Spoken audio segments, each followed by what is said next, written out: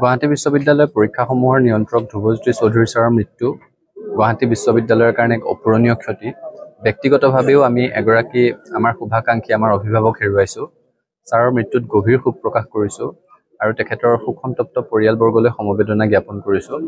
গুৱাহাটী বিশ্ববিদ্যালয়খনক অন্তৰেদি ভালপোৱা এগৰাকী ব্যক্তি আজি আমি হেৰুৱাইছোঁ আৰু তেখেতে খুব এটা গধুৰ স্পৰ্শকাতৰ দায়িত্ব খুব নিষ্ঠা সহকাৰে দীঘলীয়া দিন ধৰি পালন কৰি আহিছিলে। সদায় স্নেহ আৰু অনুশাসনৰ দৃষ্টিৰে সৈতে ছাত্ৰ ছাত্ৰীক চাইছিলে আৰু শিক্ষাৰ্থীৰ শৈক্ষিক জীৱনক আগত ৰাখি তেখেতে সিদ্ধান্ত গ্ৰহণ কৰিছিলে।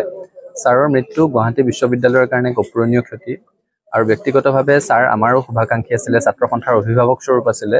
ছাৰৰ মৃত্যুত আমি গভীৰ শোক প্ৰকাশ কৰিছোঁ আৰু তেখেতৰ বিদেহ আত্মাৰ চিৰশান্তি কামনা কৰিছোঁ। প্ৰয়াত ডক্টৰ ধ্ৰুৱ চৌধুৰী গুৱাহাটী বিশ্ববিদ্যালয়ৰ পৰীক্ষা নিয়ন্ত্ৰককে ধৰি বিভুৰা মহাবিদ্যালয়ৰ অধ্যাপককে ধৰি সকলো সামাজিক অনুষ্ঠানৰ লগত ধ্ৰুৱদাক অতি ওচৰৰ পৰা পাইছিলোঁ। ধ্ৰুৱদা অতি স্পষ্টবাদী আৰু অতি নিৰংকাৰী এজন ব্যক্তি আছিলে, যাৰ সান্নিধ্যত অতি মধুৰ সম্পৰ্কৰে আমি কিছু শিকিবলৈ পাইছিলোঁ। আৰু ধ্ৰুৱদাৰ আজি আকস্মিক মৃত্যুত মই অতি মৰ্মাহত হৈছোঁ আৰু তেখেতৰ আত্মাৰ মই চিৰশান্তি কামনা কৰিছোঁ।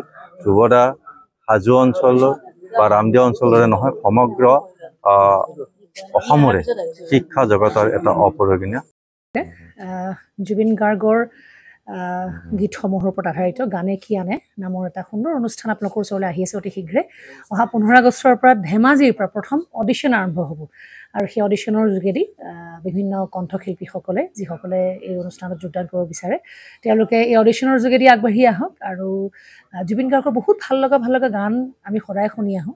আৰু আপোনালোকৰ যদি ভাল লগা গান থাকে জুবিন গাৰ্গৰ আপোনালোকে গাই ভাল পায় তেন্তে অডিশ্যনত যোগদান কৰক। মোৰ ফালৰ পৰা আন্তৰিক শুভকামনা থাকিল এই সম্পূৰ্ণ অনুষ্ঠানটোলৈ। ধন্যবাদ।